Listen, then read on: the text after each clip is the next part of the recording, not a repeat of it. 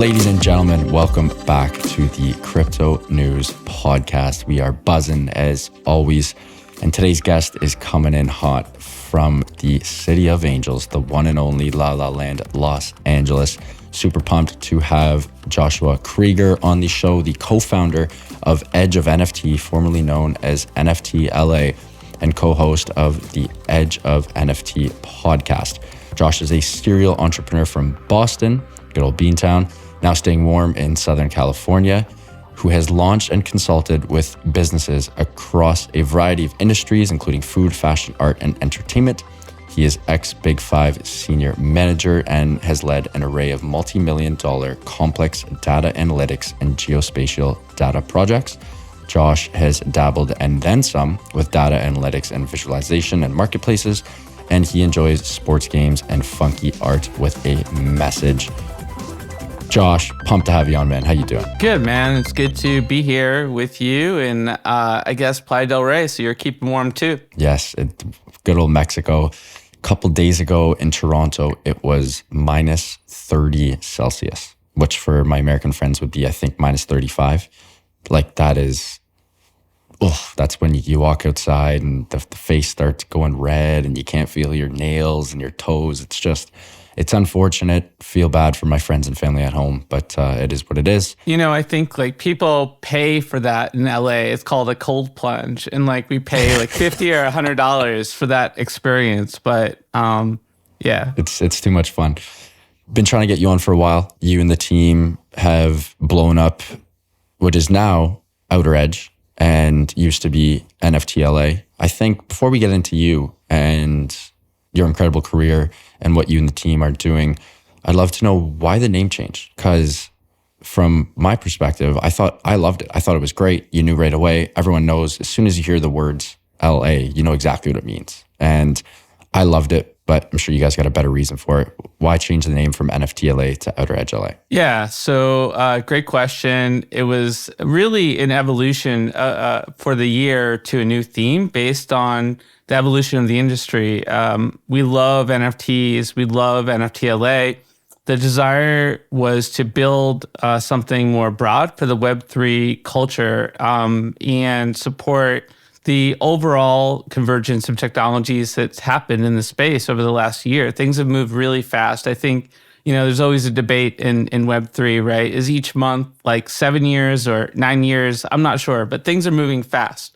And within the sort of scope of what we need to discuss and what we discussed in our podcast and maybe what you discussed, we realized that there's some things on the table that we need to include, like AI and DAOs and DeFi and, you know, all the different sort of gaming technology that's out there in the full scope of the metaverse.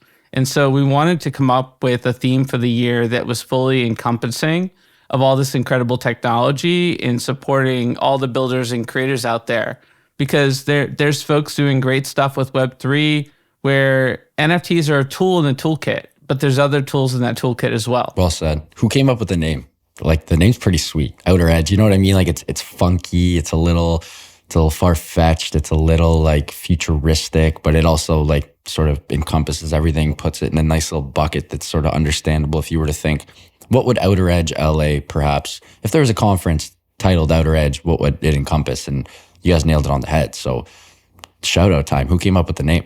Yeah, thanks. And, you know, we've been really pleased with the response to the concept. People just tell me every day that they love the theme for the year and they're excited about it. And it doesn't get better than announcing Outer Edge LA with the one and only William Shatner as one of our keynotes. That was pretty awesome. The guy that's like flown around to all these other galaxies, right? It was a team effort. We brainstormed quite a bit. We had this desire, of course, to sort of reflect edge in the name, if possible, if it made sense. And we kind of riffed on a lot of different possibilities. And I'm actually not sure who popped it up there. And sorry to whoever did suggest it on the team. But it just felt right when we heard it. And we just rolled with it. With a name like that, I could almost see it being like a Burning Man or like an Art Basel, you know, where it's just like it's become such, it's culture now, you know, like, yo, you going to Outer Edge this year? Like it has that like, let's do some crazy shit and go to the biggest and best sort of emerging tech conference in LA. Is that a goal at all, or am I just like blowing this way out of left field here? I mean, we're definitely inspired by the idea of having this be more of an innovation festival, right? I think in the Web3 space, there's a lot of different ways to engage, from Twitter Spaces to small symposiums to Discord. If people are gonna make that time and effort to get together, it's got to feel like a high vibration environment that's more of a festival. And I think that was the sort of thinking on this: is how do we sort of create a vibe where people can sort of connect, co-create, collaborate. I personally love IRL events. We have a Twitter Spaces show, but nothing beats coming together to figure out sort of what's possible with people that maybe you already are connecting with, in Twitter Spaces and whatnot. That personal connection in real life, looking someone in the eye, sort of seeing how passionate they are about X, Y, or Z. You can't beat it, and I think that's the power of IRL. So it's like, let's all get together on the outer edge and celebrate what incredible advancements have already been made with this technology, and B, where it's going next and how we can do it together. I love that. Josh, let's take a little step back, and I want to learn more about yourself here. You have a really cool career up until jumping into crypto, and you are a bit of an analytics guru, which I'm a big analytics guy as well. So I love this. I want to get right into this. Tell me about all the way from, school, growing up in Boston, probably being, unfortunately, a huge Boston sports fan. You guys love your Bruins and your Sox and your Pats, and you guys win every friggin' year. I cannot tell you how much I hate it. It wasn't always that way, though. Like when I was growing up, there were a lot of years where we didn't have a win on the board, and fortunately, we did come up with some of those big wins before my dad passed away. But yeah, I grew up on the North Shore of Boston, very familiar with the beach and whatnot, just a little bit saltier oceans over there. And I went to school at William Mary in Virginia. I wanted to go somewhere a little bit warmer. Like you, I sort of gravitate towards warm weather, and that's where I called home. And ironically, I went to a liberal arts school and then majored in business. But I did take a lot of different liberal arts classes as well, and in information technology. And I got recruited right out of school into consulting, at Deloitte. And then I worked at a number of different companies. And it was really cool to have a chance to, work across different industries and just, throw things against the wall and help companies with their strategies and their program management and whatnot. So I did that for about a decade. Feels like a lifetime ago. Some of the cool projects that I did actually are quite relevant to sort of where my career went. Like, for example, I worked with a geospatial line of business, sort of integrating shared services across 28 different agencies. And I worked on an open government initiative where we were trying to sort of bring transparency and around data to the public so that they know what's going on in our federal government. And I also worked on an innovation lab at Housing and Urban Development. So I think if you can innovate in the government, you can innovate anywhere. And that was a really incredible time of my life. I found that I was doing more in kind of entrepreneurship. Like I actually started a nonprofit to help the homeless find and keep jobs in DC. And I brought a lot of communities together, nonprofits that never worked together, and, kind of created a crash tower. So I guess in a lot of ways, that's where my passion for events began. I also sort of did a lot of events in college. I was one of those guys. But, fast forward, my business partner, Jeff Kelly, who's one of the co-founders of Edge of company as well, kept saying, let's be entrepreneurs, let's do something. let's create something. And finally, he convinced me to sort of go over to the wild side. And we started a company that became Territory Foods, which also checked a lot of boxes for both of us in terms of that intersection of our passion and market demand and trends going on in the space. And I think that's where my energy around looking at the world a little bit differently comes from, is what happened with that company, because I realized that you can bend the matrix and create something bigger if you just look at the world a little bit differently. So at that moment in time, we had a lot of trends going on with people busier than ever. The health of the US population was declining. People wanted to eat well, and they were foodies, but they didn't have the time to cook. And at the same time, we saw this sort of effort people were making to go to the yoga studio, go to the CrossFit studio. This was when CrossFit started to get really hot. So we just came up with this idea. What if we put a fridge in a gym and have meals delivered to individuals when they can just go grab them while they're working out? And the other key, which sort of has some blockchain-esque decentralization principles, is it's really hard to scale and capitalize a central manufactured food company. And you're constrained by who's cooking and the space in terms of what you can make. So what if we decentralized the cooking process and worked with a bunch of different chefs and let them cook what they love and co-create with them? So we were one of the first companies, this is back in 2012, where we celebrated chefs by putting them on the meals. And then we also, gave them a rev share of every meal that they produced. And so we've had chefs that have turned into millionaires from being with us in those early days of building this company. And that's where I sort of realized that you can decentralize things in creative ways, whether or not you're using blockchain, and create a more anti-fragile system. And so a lot of that is applied in what I've done in the blockchain space and what we've done with the Edge of company since then. Like, we have a fully decentralized team, and we had one back then. So while it's kind of a random parlay, if you will, from food tech to blockchain, a lot of what we learned around co-creation, marketplaces, building a tribe, sub-communities, it all applies. You sort of just gave me goosebumps there. You got me all fired up there, Josh. Jeez, I love that. That was a great story.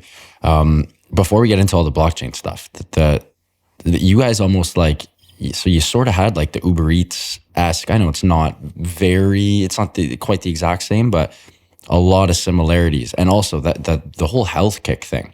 10 years later, it's probably the biggest trend alive right now. You and I talked about friggin' taking ice baths now, spending $50 to go take a cold plunge. Like, how did all these trends come about? Were you just like, man, a lot of people are caring about health now. A lot of people don't have time to cook. This seems like a no-brainer. Like, was it as easy as it made it sound, or like, what was that whole process like? I mean, Jeff and I had a big idea board, and we were looking, at things that suck in the world. And we're also looking at things that we love to do, and then what's happening around us. And that was the process. We were very much a lean startup type of design. Shout out to Trevor Owens, who's one of our advisors and runs Stacks Foundation, and actually helped create the Lean Startup Machine sort of boot camp in DC that we took before deciding to do this. It didn't happen overnight, but it clicked, and we just kind of went for it. I think as an entrepreneur, you have to sort of balance that natural desire to overthink things and make sure that your idea checks all the boxes with sort of just putting it into motion. And we did some customer discovery where we asked a bunch of people if they would do something like this. We did a lean test at a yoga studio. We had an overwhelming response, and we knew we were onto something, and we just went with it. It's just like, that's so far up my alleyway. Tell me if you think this idea is completely off my rocker, but I live in a condo in downtown Toronto, just like most of my friends and people my age in their late 20s. And I would love for condos to have, just like you said, a big, massive fridge and chefs from around the area, just like your idea, right? Whether it's mom and pop shops or even big food chains, instead of having an Uber Eats delivery man or woman pop in every 15 minutes, which that might even be a stretch. It's probably more like every 5 minutes now, literally every 5 minutes coming in the door, dropping off food. There's just you can go in the morning, you can order your lunch, order your dinner. For people like me who can cook, but just would rather, spend a little bit more money to not have to cook and not have to clean. Like I've been craving that for so long. I don't have the time to make that happen, but I feel like there could be some community aspect to it as well. Like every day, people you're in the elevator, like, hey, what are you getting for dinner tonight? Like you order from the ma and pa tandoori shop down the road. I just feel like it'd be a lot of fun. Again, it's probably wouldn't work. There's too many variables to jump through, but that's I love that. That's exactly what we're going for. What do you think? You think that's too far fetched, or do you think we have $1 billion idea there? I don't know. We got to test it out. I'll say that the last mile of food delivery is always the biggest challenge, and that sort of predictableness of inventory. But if there was a simplified version of the menu for these different folks, and there was an opportunity to sort of queue up those orders the day before, there might be something there. It's tough though, because when you like, very rarely do you know what you want to eat the following day. Like most people, It's like you don't know what you want until that. I'm sure you guys had the same problem too. Well, that's why we gave people sort of an abundance of choices. And I think the other thing about what people want to eat is there's definitely some food that people enjoy more often than other food. And so sticking to those comfort meals, but done well, the classics done well. There's a reason why a lot of bars have these classics, because at the end of the day, people want to experiment, but they don't want to go too far over the edge. They just want to hit that edge on the regular. Now, when it comes to sort of, that special meal once in a while, yeah, maybe I'll try that duck or that Peking duck or something like that, or some kind of special ramen, but typically that's not your like everyday food. So you have to kind of balance that when you're creating a menu. It's not easy stuff. But it's a lot of fun to sort of think about what people want. And as humans, we're always evolving. It's like, what's the trend? Similar to the world of fashion, in the food world, there is a food Bible, and there are trends forecasts for the year. So us humans, we always want to mix it up. We always want to evolve, which is very similar to sort of what's happening in blockchain. I think that the rate of evolution is just accelerated with all this converging technology. One last question about food delivery, and then we will start moving and grooving into Outer Edge LA and your podcast, the Edge of NFT podcast.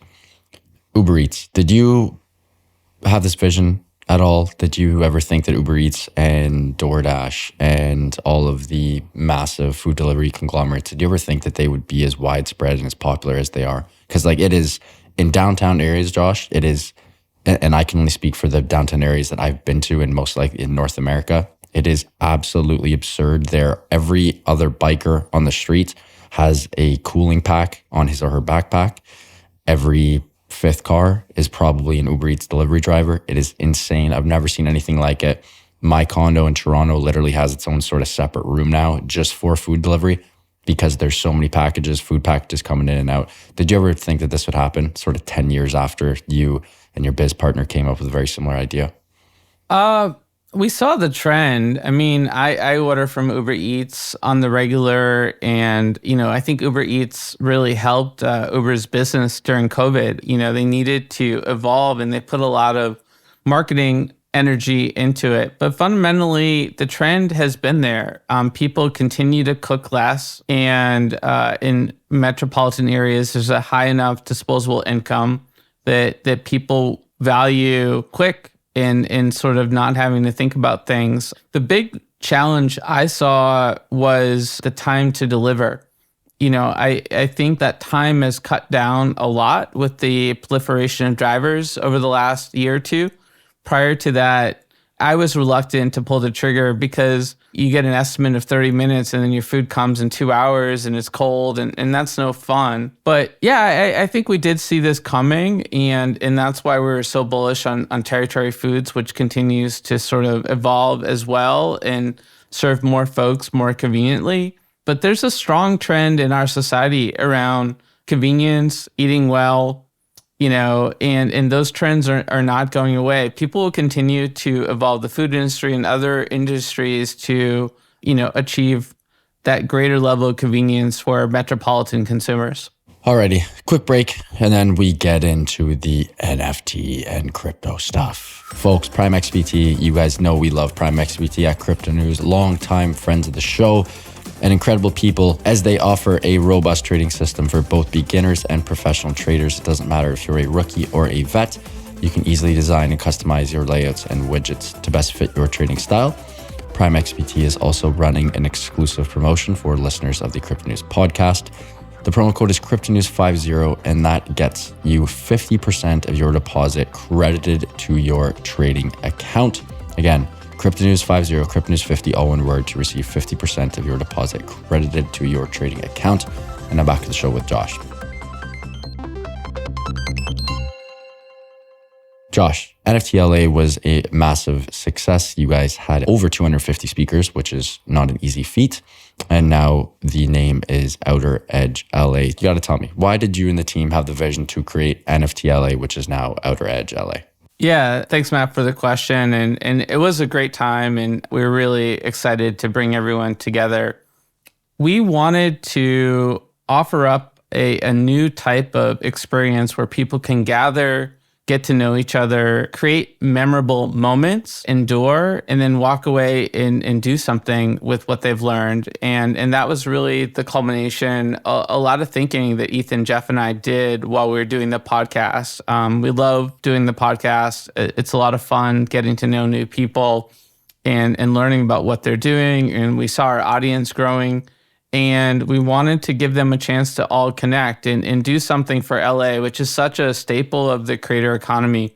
There's really not too many cities like LA that sort of bring together tech, blockchain, entertainment, art, music, all in one place. And so we wanted to offer up a high vibration environment for people to just vibe and then do something cool together and learn. And I think that was the primary inspiration for NFT LA. We decided we're going to do it. We did it. It was pretty amazing. We had over 3,700 attendees, 12 million media impressions. Folks, everyone from Variety to GQ came by to say hi and, had a lot of fun. It was really cool to introduce Andrew Yang to Sir Mix-a-Lot behind stage and moments like that. And, have my girlfriend got to talk with Nelly and Too Short before they performed and stuff like that. So it was a lot of fun and we learned a lot. It was great to sort of see what transpired as a result. I've heard stories of people that have moved to LA and people met their co-founders. I've heard stories of people meeting their investors there. And LA is a special place. And I think that sort of ups the bar when it comes to what you're doing, because there's a lot of opportunities to gather and do cool things. There's events all the time. So we wanted to make it special and memorable and also create an environment where people want to come by from Europe, from Asia, to get to know what's happening over here on the West Coast with the creator economy. I'd been to the events in New York and other cities around the country, and I was kept running into people from LA and realizing that there's a lot going on in LA and we really need to do this. I had moved here about 7 years before with Territory and, Jeff, myself and Ethan, we knew Zach from the world of events. Zach Sekar does some incredible events, had been doing them. So we got together and we said, what would we want to do if we were to create an event in LA? It wasn't about sort of what other people are doing. It's what's our idea of an experience, an innovation festival that sort of suits this environment. And we kind of created from that blank slate and, it came together. how much of a shit show is it throwing a conference this big? Like, people have no clue, right? Like, it's insane. Walking through some of it just like this, it's crazy. There isn't enough toilet paper in the world when when you're throwing a conference at this magnitude. And yeah, I mean, it's just funny because, we saw fires, but everyone else is like, I'm having a great time. And I was like, awesome. That's all that really matters. It's a lot. It's a full year undertaking. There's tremendous moving parts. It's like running 20 projects at once with constantly changing requirements and the dynamics of outside stakeholders. Insane. That all have different wants and needs, and it's a lot of relationship management. It's a lot of curation. It's a lot of strategy, and it's a lot of logistics. You have to have a certain sort of wiring, I guess, to enjoy throwing events. You need, you gotta love that stress. Like, you gotta be a high performer in very, very stressful situations.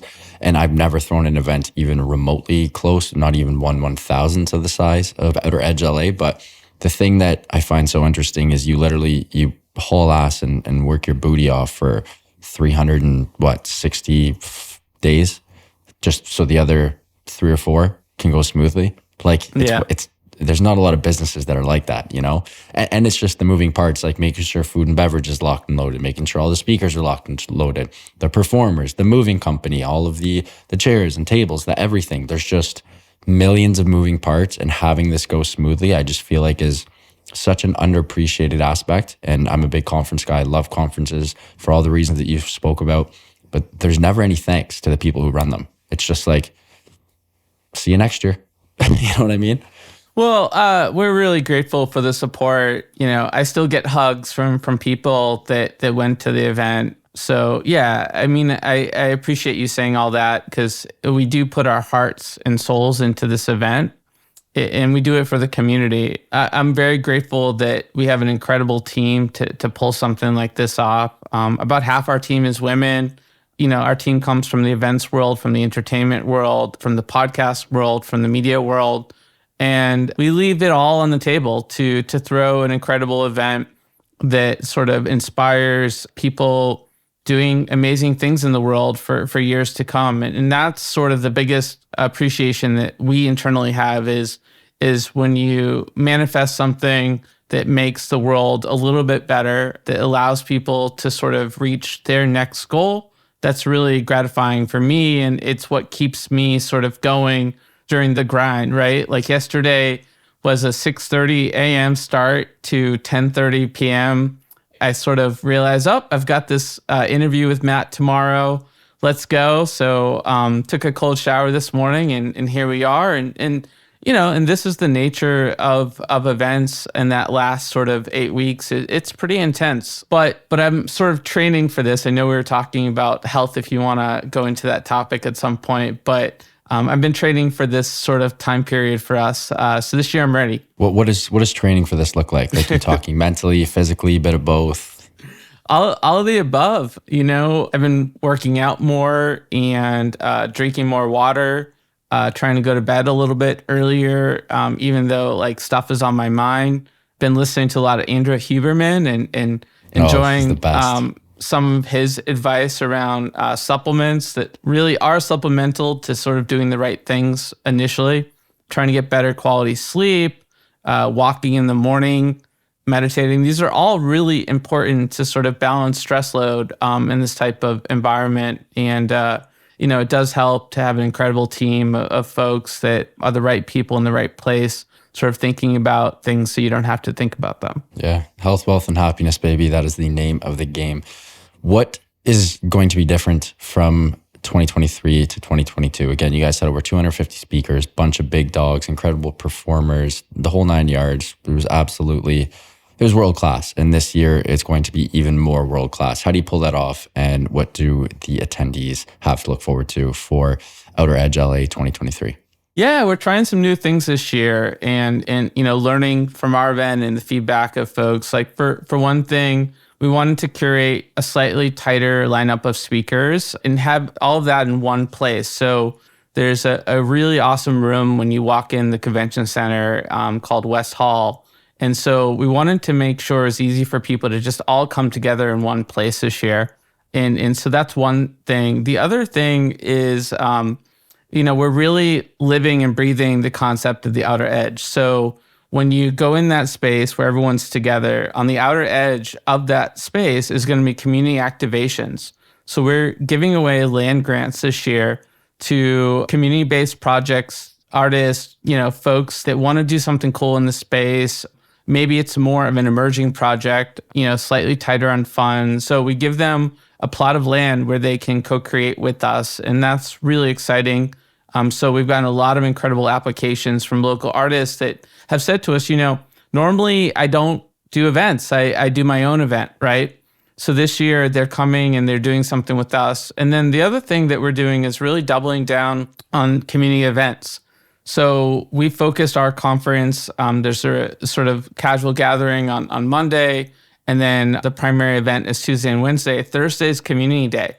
So we're going to have a community calendar and really embrace activations throughout LA and sort of decentralize that conference experience. So we're decentralizing it within the conference, and then we're decentralizing it external to the conference. So we're kind of doubling down on decentralization.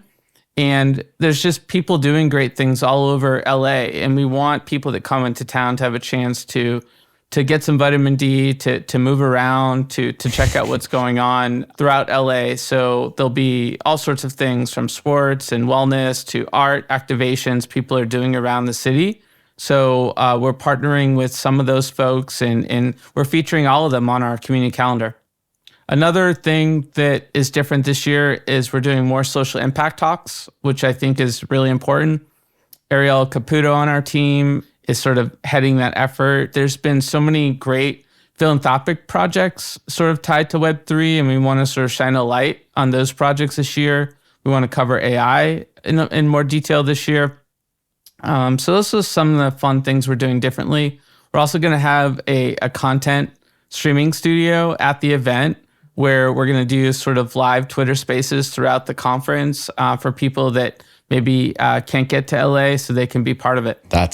That is one thing that I wish unfortunately, I will still be here. I might even just cut my accommodations here a little short so I can go. But that'd be so cool, recording a live pod in LA at the conference. Like, come on, that's such a good idea too. And I would love to do that, but it's looking unlikely. But hey, the fat lady has not sung yet. We can probably get you in there as a co-host, worst case scenario, since it is going to be Twitter spaces. So we'll see what we can do, but try to get over here. 100%. Another thing, Josh, the speakers. You guys have some absolutely crazy speakers this year. William Shatner, like, ever heard of him?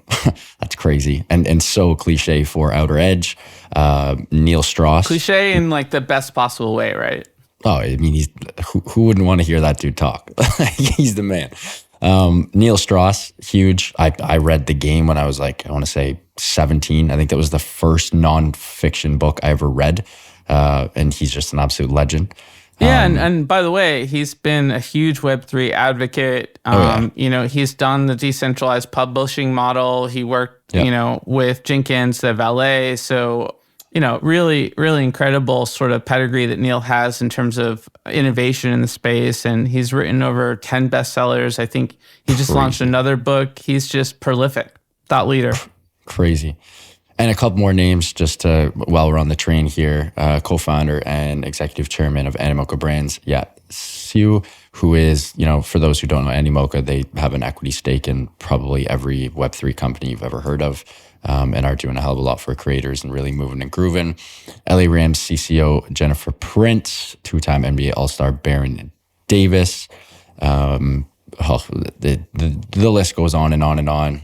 Meta World Peace. That would be so interesting to hear him talk. What a name, too. Hi, I'm Meta World Peace. Hilarious. Good old Ron Artest. But he's just crazy. A really great guy, a true born and bred entrepreneur that's trying to disrupt a lot of industries. Yeah, and there's a lot of folks we haven't even announced yet. So it's been an incredible process in terms of the amount of interest folks have in participating in this event. So we do drop new names of speakers about once a week or every week or two. So there's definitely some more surprises to come in terms of some of our speakers that will be on the board. So we're really excited about having this diverse array of leaders, not only in crypto and blockchain, but also in art and entertainment and sports come together to talk about the future. Because at the end of the day, we've seen sort of that we've recognized that the adoption curve for Web3 is still taking off. And there's the industry isn't as big as everyone thought it might be at this moment, truthfully. So the way that we look at it is critical that we have an event that is broad enough to encompass, all those different folks that are on the edge of curiosity and want to be part of it. So, my advice to someone that's like passionate, diehard about Web3 is bring a friend, bring someone that's still learning, and spark their curiosity. And I think our event is that event where you can have the OGs in the space mixing with sort of the leaders of entertainment, arts, and sports that are also sort of exploring what they want to do in this space. I do believe this is the year of sort of that type of evolution. You have folks like Warner Brothers and Fox coming into the space, doing cool things. I think by the time this airs, I can announce the CEO of a very famous music company that's relatively decentralized will be speaking. So, we want to bring all those types of folks together to figure this out. I love that. Josh, what a treat. I've had so much fun speaking with you. A couple more questions and then we will wrap up. Let's jump in the hot take factory. Let a couple of them fly. Perhaps only something that Josh believes in, whereas most other people do not. Doesn't have to be tech related. Can be, health, wealth, happiness, sports, politics, food, outer space, AI, you name it. But give me a couple Josh hot takes before we end. All right. So this is a relatively new belief of mine, which is that I used to be a low carb keto guy. And after sort of studying different diets and whatnot, I figured out that moderate carb is totally fine if you have an active lifestyle. And sort of one of the things that I've learned just from years of sort of being in the food space is there is no one diet that works for everyone. I think that's a misnomer. This diet is better than this diet.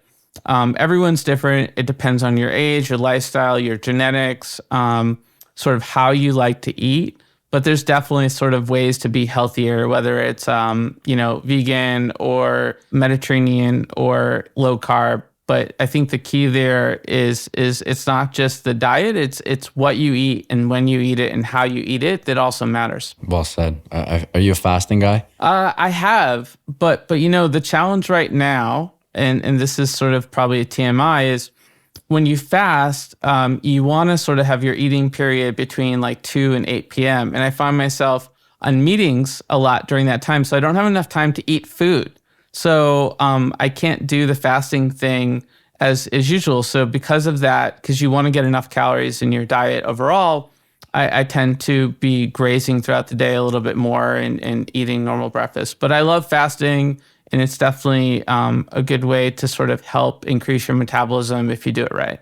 Josh, truly a treat, man. So much fun. Very, very grateful to have you on and really hope that I can meet you in person in beautiful LA at Outer Edge. Before we let you go, can you please let our listeners know where they can find you, where they can find Outer Edge LA, and where they can find your podcast, which we barely discussed, Edge of NFT, online and on socials? Yeah, thanks, Matt. And yeah, definitely check out the podcast. We've had over 200 episodes with leaders in the space. We talk about everything at the edge on a weekly basis. So for the podcast, you can go to edgeofnft.com or at edgeofnft or Twitter, or just Google Edge of NFT with no spaces, and you can kind of find us on Spotify, on iTunes, on Google Podcasts, wherever you like to listen to podcasts. And then if you're interested in checking out the conference, please go to outeredge.live. Tickets are still very reasonably priced. They will go up as we get closer to the event. Definitely recommend you snag a ticket and join us on the Outer Edge. And you can also find us at NFT LA Live on Twitter. We have a newsletter for the show and then also for the conference. So encourage you to subscribe to those. We put a lot of fun stuff in there. And what about you? You got to plug yourself. Yeah, personally, at Josh Kriger on Twitter. drop me a DM and say what's up. Love that. Josh, thank you so much, man. Appreciate it. Cannot wait for round 2, and hopefully we'll see you in person very shortly. Thanks, Matt. Glad to be here. Folks, what an episode with Josh Kriger, co-founder of the Outer Edge LA Conference and Edge of NFT podcast. As always, I will include everything in the show notes. Josh has an incredible story and is moving and grooving in the space. Drop tons of knowledge bombs. We love to see that. If you guys enjoyed this one, and I hope you did, please do subscribe. It would mean the world to my team and I. Speaking to the team, love you guys so much. Eustace, my amazing sound editor, appreciate you. And to the listeners, love you guys. Keep on growing those bags and keep on staying healthy, wealthy, and happy.